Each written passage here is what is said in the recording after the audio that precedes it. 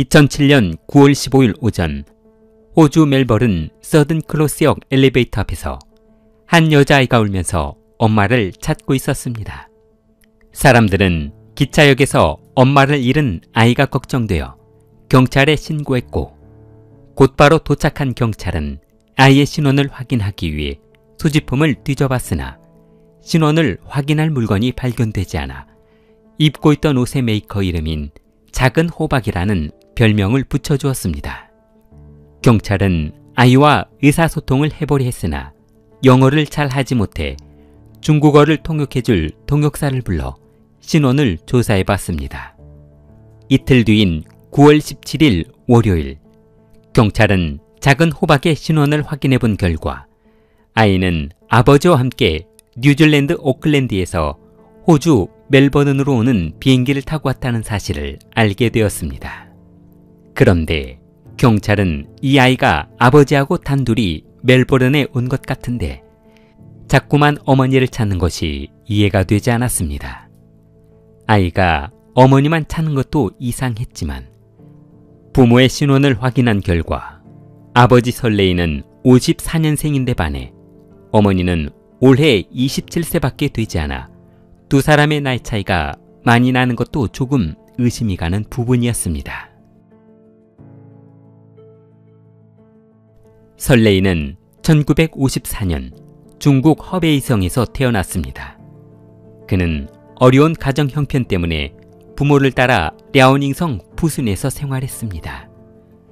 한 곳에 정착하지 못한 부모의 영향이었는지 레이는 친구들과 자주 주먹 다툼을 했고, 이를 방치할 수밖에 없었던 부모님은 레인에게 태극권을 배우도록 해주었습니다. 그의 나이 8살에 푸순에서 가장 유명한 태극권 전수자 스승을 만나 무술을 연마한 레이는 28살에 태극권 6대 후계자가 되었습니다. 레인이는 골격이 크고 일반인보다 키가 강하기 때문에 무술을 함부로 사용해서는 안 된다. 알았지? 네, 알겠습니다, 스승님. 그리고 이제 우리 문파도 다른 태극권 문파처럼 글로벌한 시장에 진출을 해야 하지 않을까 생각을 하는데, 이 생각은 어떠냐? 제가 문파의 6대 후계자가 된 이상 스승님이 원하시는 건 무엇이든 해보겠습니다. 그래.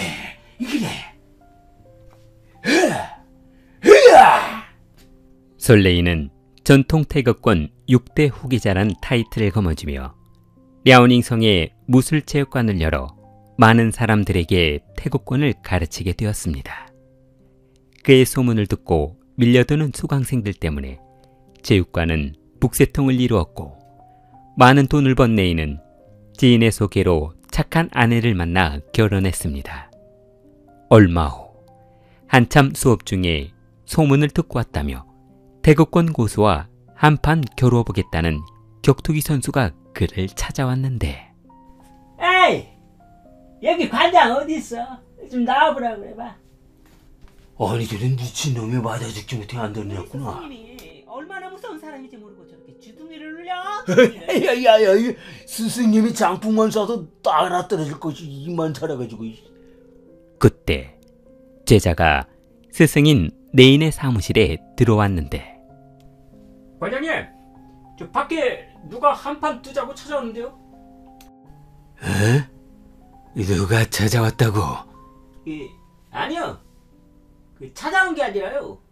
스승님과 무술을 한번 겨뤄보고 싶다고 찾아왔습니다요. 한판 뜨자고 하는데요? 이거 바빠 죽겠는데 자꾸 왜 나를 귀찮게 하는 거야? 혈 찔려서 불구라도 되면 어떡하려고 그러냐고. 그러게 말입니다요. 그래, 그놈은 어디 있냐? 잠시 후 체육관에서 격투가 시작되었는데,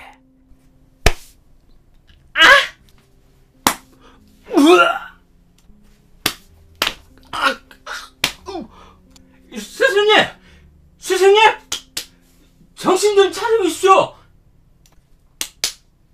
격투기 선수와 결투하다 쓰러진 네일을 보고 있던 수강생과 제자들은 충격을 받아 재등록을 하지 않았습니다. 그러자 학원은 재정난으로 어려움을 겪기 시작했고 네인의 가정에는 부부싸움이 끊이지 않았습니다. 그놈의 돈타령 좀 그만하라고. 너도 나가서 보러 오면 될 거 아니야. 그러게 애초에 실력도 없는 태극권인가 뭔가 하는 걸로 먹고 사는 놈 만나는 게 아니었다고. 뭐야? 너 우리 스승님을 모욕하는 거야? 스승 좋아하시네. 태극권이라고 해봐야 어렸을 때 조금 배운 게 다라면서. 네인은 수강생이 줄어들자 어쩔 수 없이 학원 문을 닫으며 마땅히 할 일이 없자 매일 술 마시며 방탕한 생활을 하고 있었습니다. 친구들과 술집에서 술을 한잔하고 있던 그는 우연히 텔레비전에서 방송하고 있는 해외로 진출한 태극권 고수에 대한 프로그램을 보게 되었습니다. 너 저거 봉우신 아냐? 그런데 저놈이 왜 미국에 가 있지? 나보다 실력도 한참 떨어지는 놈인데. 요즘 해외에서는 태극권을 배우려는 사람이 줄을 섰다고 하잖아. 이 태극권이 중국에서나 부대접을 받고 돈도 못 벌고 있지. 해외에 나가면 아주 영웅 대접을 받는다고. 맞아. 그런다고 하던데. 태극권을 동양의 신비한 무술로 생각해서 많이 배우려고 한다는 것 같아. 웬만하면 시민권도 준다는 것 같던데. 그래? 해외 나가는 거 어떻게 하면 되는데? 내가 한번 알아봐 줄까? 얼마 전에 뉴질랜드에서 태극권 고수 좀 알아봐 달라고 연락이 오긴 했는데.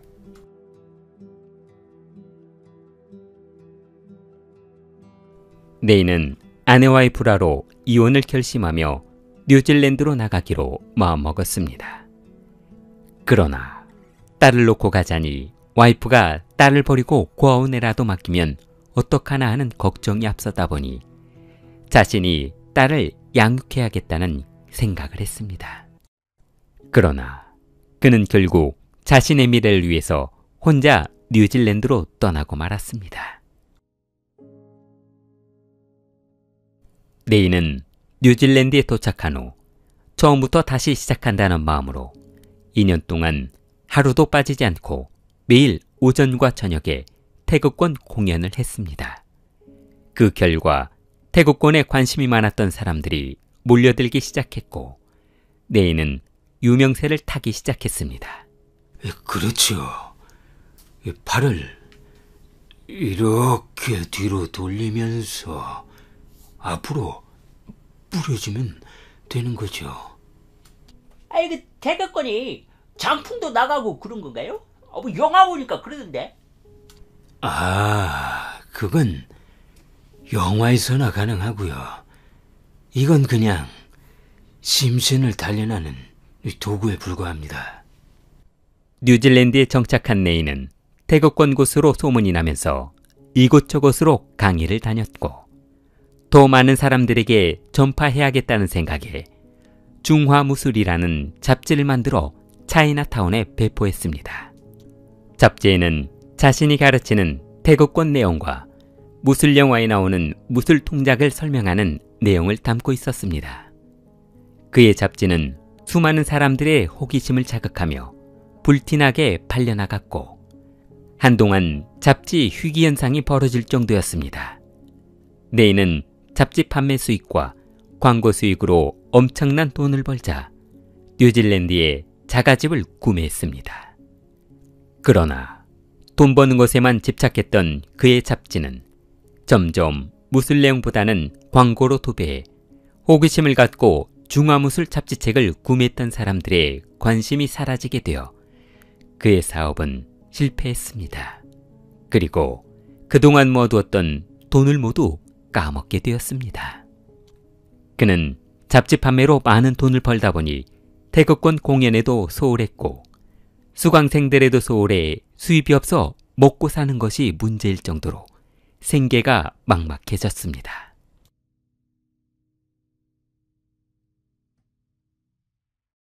올해 22세인 리우아나는 중국 호난성에서 외동딸로 태어나 대학 재학 중 외국 유학을 꿈꾸게 되었습니다. 딸이 갑자기 유학을 떠난다고 하니 깜짝 놀란 어머니는 뭐라고? 너 지금 뭐라 그랬니? 뉴질랜드로 유학을 간다고? 그래, 내가 언제까지 이런 촌구석에 처박혀서 살아야 하는데 외국에 나가서 공부도 좀 더 하고 돈도 많이 벌고 싶단 말이야. 리우는 부모와 상의도 하지 않은 채 뉴질랜드로 유학을 떠나버렸는데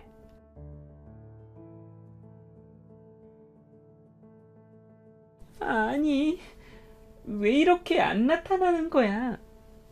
그녀는 중국에 있는 유학원에 뉴질랜드 대학 유학을 접수했으나 사기를 당해 막상 뉴질랜드에 도착해보니 대학이 아닌 어학원에 등록되어 있다는 것을 알고 황당해했습니다.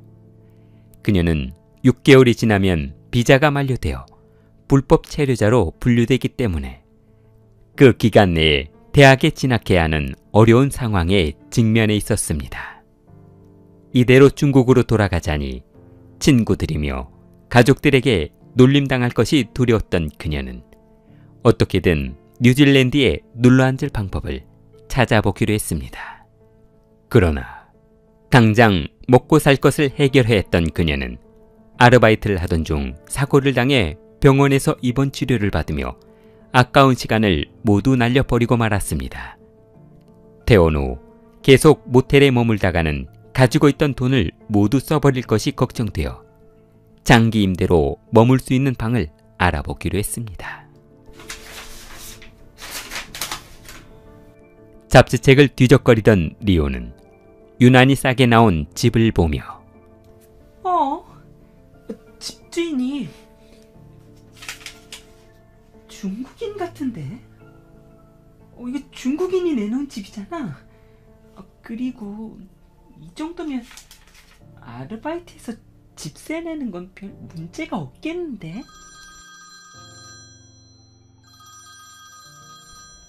여보세요. 거기 방 임대 놓으셨다고 해서요.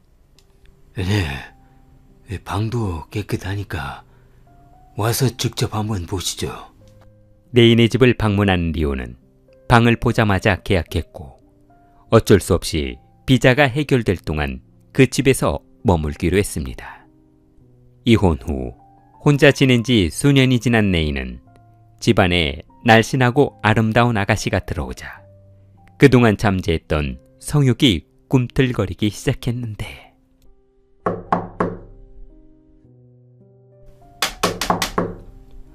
아이고, 이거 실례가 안 되는지 모르겠네요. 저 혹시 시간이 되시면 새로 이사하신 기념으로 식사나 같이 하실까 했어요. 어머, 그렇게까지 신경 안 써주셔도 되는데 너무 감사해요. 별 말씀을 다 하십니다. 그나저나 앞으로 잘 부탁드립니다. 그날 이후 내인은 리우를 수시로 불러내 식사도 같이 하고 술도 마셨는데 그렇게 술을 자주 마시다 보니 정이 들고 말았습니다. 그러던 어느 날 술을 마시던 그녀가 내인에게 고민을 털어놓았는데 저 어쩌면 좋아요.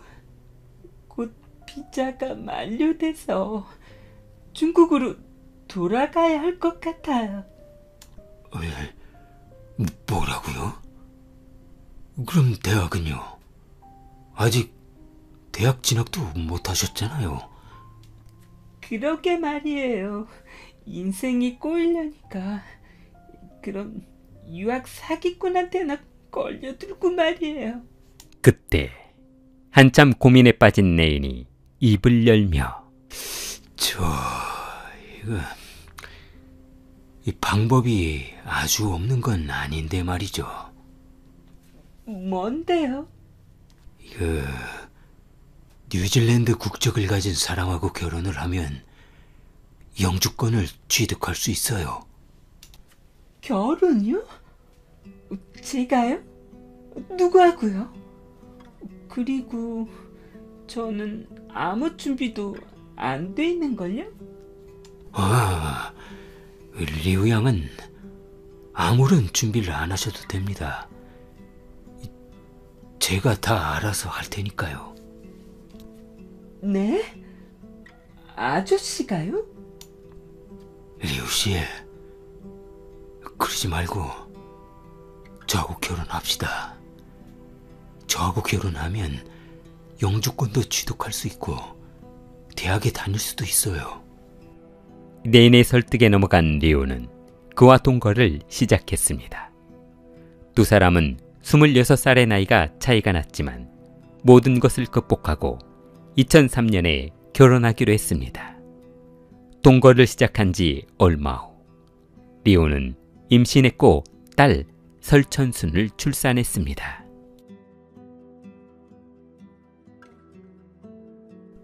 레인은 리우가 딸을 출산하자 아이를 하나 더 낳자며 그녀를 다그쳤는데 아이 진짜. 야, 아들 하나만 더 낳자고. 아이 하나만 낳기로 했잖아요. 너 그런다고 정말 영주권 때문에 애 하나만 낳은 건 아니지? 왜요? 그러면 안 돼요? 어차피 우린 사랑도 정도 없이 결혼했잖아요. 서로를 이용하기 위한 수단일 뿐이었잖아요.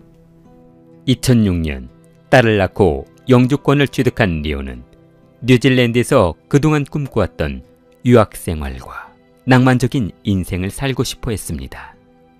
그러자 자신은 늙어가는데 너무 젊은 아내가 자꾸 밖으로 돌아다니려 하자 의처증이 생겨 리우가 조금만 나갔다 들어오면 그녀를 의심하기 시작했습니다. 야, 어디 갔다 왔어? 애 먹을 것 때문에 장 보고 왔어요. 뭐? 이게 어디에서 거짓말을 하고 있어? 내가 분명히 알고 있는데 똑바로 말 안 해? 리오는 계속되는 레인의 구타를 참지 못하고 폭행 혐의로 경찰에 신고했습니다. 리우의 신고로 경찰서에 끌려간 레인은 징역 7일을 살다 나왔는데 그때부터 그의 성격은 아주 포악하게 변해갔습니다. 때로는 악마로, 그리고 구타한 후에는 그녀 앞에서 용서를 비는 비열한 행동을 반복했습니다. 구타와 용서가 반복되던 어느 날, 레인의 구타를 참을 수 없었던 그녀는 아이를 데리고 집을 나가버렸습니다. 아내가 집을 나가고 얼마 후 집까지 꽤 나가봐야 어디 잠잘 곳이나 있겠어. 잘못했다고 싹싹 빌고 들어오겠지. 그러나 레인의 기대와는 달리 집을 나간 리우는 아주 행복한 생활을 하고 있었는데 아내의 SNS를 보고 있던 레인은 다른 남자와 다정하게 사진 찍은 그녀의 모습을 보고 너무 놀랐습니다. 비참하게 지내야 할 아내가 다른 남자와 행복한 모습을 하고 있었기 때문이었습니다. 레인은 그녀가 있는 곳으로 쫓아가 집으로 끌고 왔습니다. 너 요즘 무슨 짓거리 하고 다니는 거냐? 그놈은 누구냐고? 오해예요. 오해라고요. 그냥 술 한잔 같이 하고 사진 찍은 게 다란 말이에요. 이게 어디겠어? 너는 안 되겠다. 레이는 옷장을 열어 넥타이를 둘러보더니 그 중에 노란색 넥타이를 꺼내 집었습니다. 날 가지고 놀아.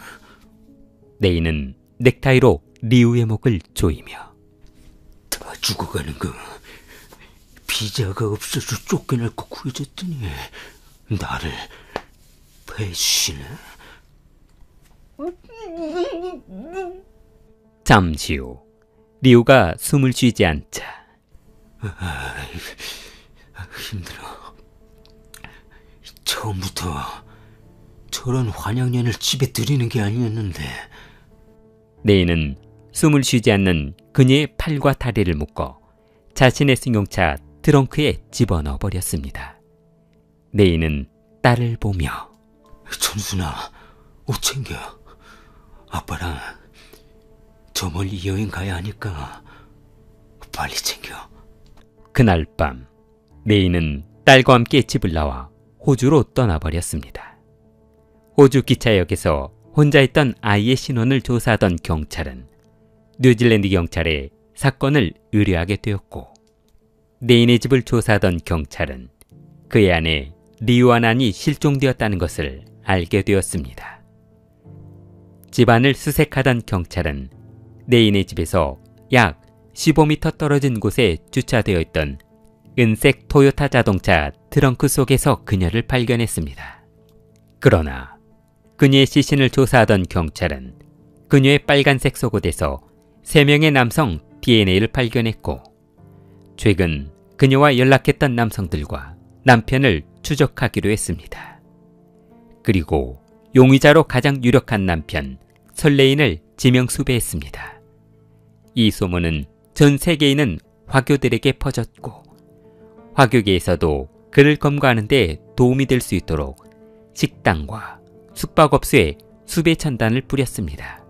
그리고 그를 검거하는 데 총력을 다했습니다. 그러던 어느 날 미국 애틀랜타의 한 중국 식당에서 자신이 일하고 있는 식당에 현상 수배범과 똑같이 생긴 사람이 일하고 있으며 그는 중국 무술도 아주 잘한다고 했습니다. 경찰은 용의자와 닮은 남성이 있다는 제보를 받고 현장으로 출동해 레인을 검거했습니다. 그는 미국에서 체포되어 2008년 3월 9일에 뉴질랜드로 추방되었고, 2009년 6월 2일 오클랜드 법원에서 재판이 시작되었습니다. 그의 재판은 2주 동안 지속되었는데, 재판이 진행되는 동안 시종일관 무죄를 요구했습니다. 2009년 7월 법원은 설레인에게 가석방 없는 종신형을 선고했습니다. 아내의 속옷에서 발견된 세 남자의 DNA는 수사에 혼선을 주기 위한 설레인의 조작인 것으로 밝혀졌습니다. 길리를 후원해 주시는 멤버십 여러분에게 감사의 말씀드립니다. 길리를 사랑하는 마음을 좋아요와 구독으로 표현해 보세요.